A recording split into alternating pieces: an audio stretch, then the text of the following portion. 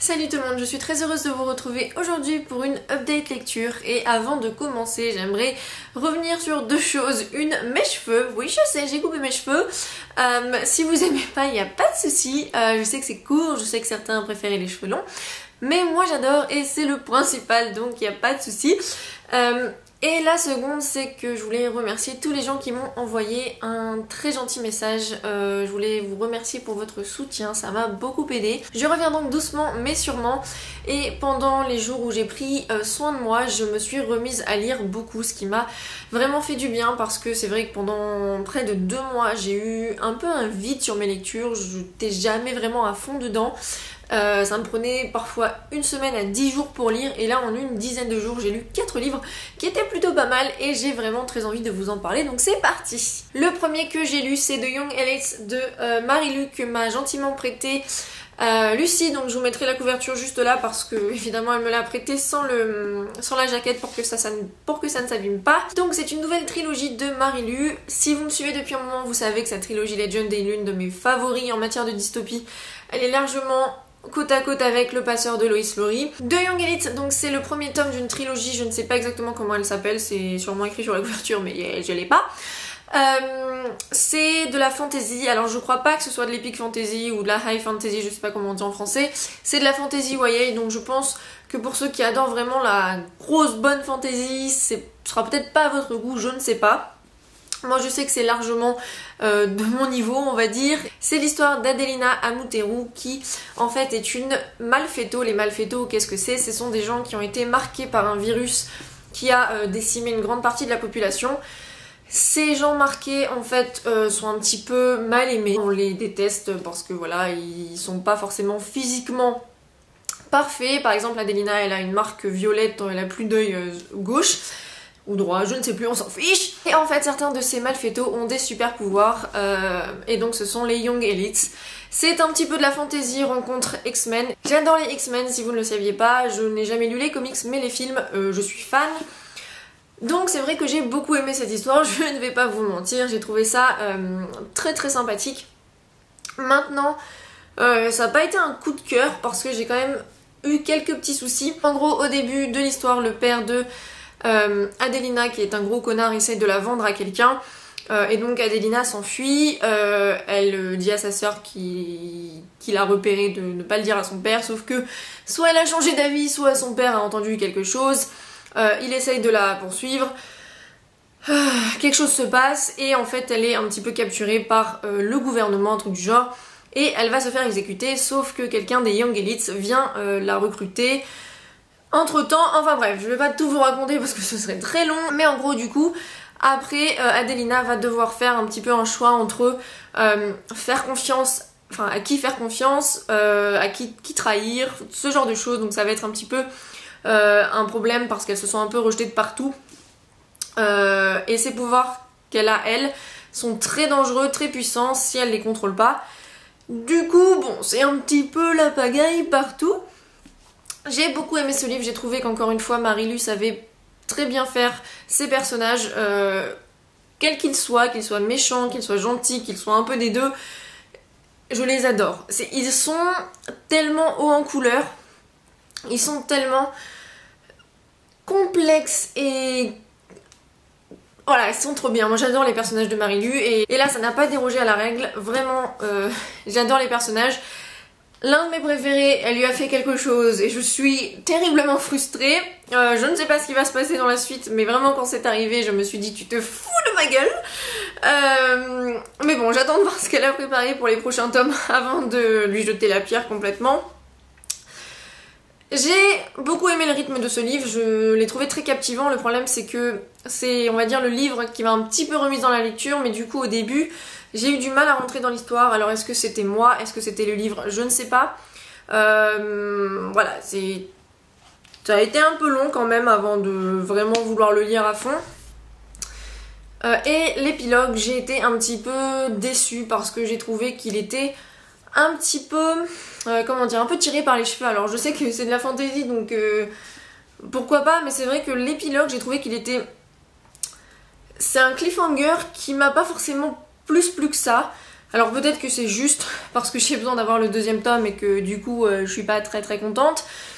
Mais voilà, c'est vrai que l'épilogue, je n'ai pas trop compris, c'était un peu bizarre. Mais j'attends le deuxième tome, le seul problème c'est que je ne sais pas quand est-ce qu'il va sortir et que d'ici là je suis sûre d'avoir oublié ce premier tome. Mais c'est pas grave, en tout cas je lui ai mis 4,25 sur 5.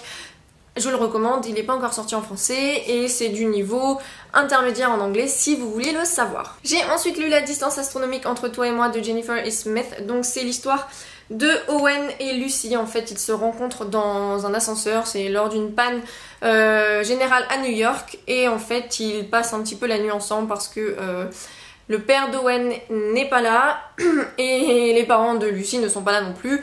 Donc ils passent la nuit ensemble, il fait une chaleur pas possible, il n'y a pas d'électricité, ce genre de choses. Ils s'aiment bien, ils se trouvent des points communs, mais ils sont quand même largement différents. Et en plus de ça, elle apprend bientôt qu'elle va déménager et lui également. Donc en fait, ce livre, c'est un petit peu une relation longue distance entre deux amis et plus si affinité. Et j'ai vraiment pas mal aimé. C'est vrai que le début j'étais un peu je suis pas sûre. Faut dire que je trouve en tout cas que la traduction n'est pas fameuse. On voit que le texte est beau. Voilà, il y a des jolies petites descriptions assez mignonnes. Mais j'ai trouvé qu'à des moments il y a des phrases qui ne voulaient rien dire. Mais après voilà, c'est un détail. J'avais un exemple et je sais plus où il est, je l'ai pas noté. Évidemment je fais jamais de post-it. Au-delà de ça, j'aurais bien aimé qu'il y ait un peu plus de passages croustillants, on va dire, entre Owen et Lucy. Certes, c'est de la YA, mais c'est vrai que étant donné qu'ils sont pas souvent ensemble, j'aurais bien aimé que les passages où ils sont ensemble, ce soit juste un peu plus fort, en fait. Ça manquait de poigne, vous voyez. Au-delà de ça, j'ai beaucoup aimé le fait qu'on voyage. On voyage de New York à Édimbourg, à Londres, à Paris, à Prague, à Rome, au lac Tahoe que maintenant j'ai très envie de découvrir, San Francisco, Seattle et j'en oublie sûrement, mais voilà, moi ça m'a énormément plu pour ça parce que vous le savez, j'adore voyager. Il y a pas mal des États-Unis, il y a pas mal de l'Europe. Voilà, j'ai vraiment beaucoup aimé. J'ai pas été dérangée par les côtés un peu... C'est pas vraiment un triangle amoureux, mais en fait chacun des personnages trouve à un moment donné un copain. Mais finalement c'était pas problématique parce que voilà, à l'adolescence, quand on a 16 ans, une relation de longue distance c'est un peu difficile, surtout que là c'est pas genre 300 km, c'est loin quand même. Donc j'ai trouvé que c'était plutôt pas mal finalement. Et j'ai bien aimé également le fait que la famille ait une grande place également dans ce livre. Que ce soit du côté de Owen ou de Lucy, et j'ai trouvé que c'était là à ce niveau là assez émouvant. Donc voilà, un bon petit livre que j'ai beaucoup aimé, qui m'a vraiment plu, très doux, mais ça manquait quand même d'un petit peu quelque chose, un côté peut-être acidulé ou quelque chose d'un peu plus fort, et je lui ai donc mis 4,25 sur 5 également. Ensuite j'ai lu Chronique de la fin du monde au commencement de Susan Beth Pfeffer, qui est un premier tome d'une trilogie. Alors en fait c'est une trilogie à la base et j'ai appris qu'en anglais il y avait un 4e tome qui était sorti et qui ne sortira probablement pas en français. Je ne sais pas de quoi il parle, j'ai pas été voir le synopsis vu que j'ai envie de lire la suite logiquement. J'ai vraiment beaucoup aimé ce livre. C'est une sorte de livre post-apocalyptique. En fait au début tout est normal et après il y a un problème qui survient. Donc en fait on suit une famille et à un moment donné il y a une astéroïde ou un astéroïde, je crois que je me suis fait la même réflexion la dernière fois, je crois que c'est un astéroïde, vous me l'aviez dit dans les commentaires. Il y a un astéroïde qui est censé percuter la Lune. Les gens sortent pour regarder les étoiles, la Lune, ce genre de choses. Et en fait, la Lune se fait percuter bien plus fort que ne l'avaient prédit les scientifiques. Et en fait, la Lune sort de son orbite et se rapproche de la Terre. Alors, je ne sais pas si c'est du domaine du possible, je n'y connais absolument rien là-dedans. On va dire que oui, parce que, bon, même si le détail est un peu tiré par les cheveux, bon, c'est de l'hypothèse, hein, c'est un livre, hein, c'est de la fiction. N'empêche que si ça devait arriver, on serait bien dans la merde, et c'est vrai que ce livre, je l'ai trouvé extrêmement prenant. Il n'y a pas forcément d'action, mais on est tellement tenu en haleine par ce qui peut arriver à la famille qu'on suit.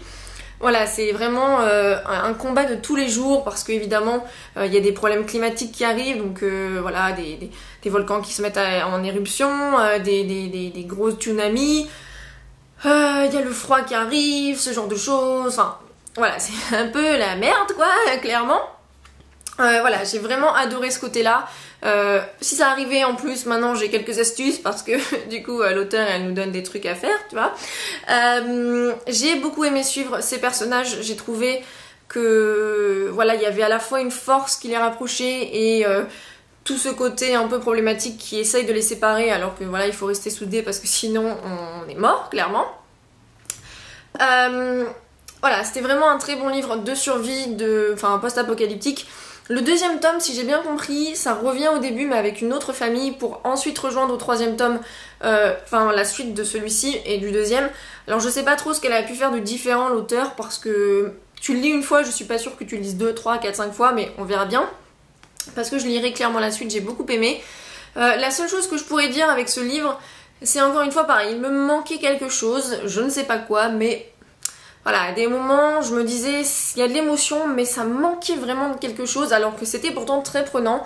Voilà, c'est le seul livre que j'ai lu jusqu'à 3h du matin depuis Isla and the Happily Ever After, donc ça date quand même de début septembre. Et en fait, à la fin, il se passe quelque chose, et je me dis... En fait, c'est là où c'est pas crédible, parce que...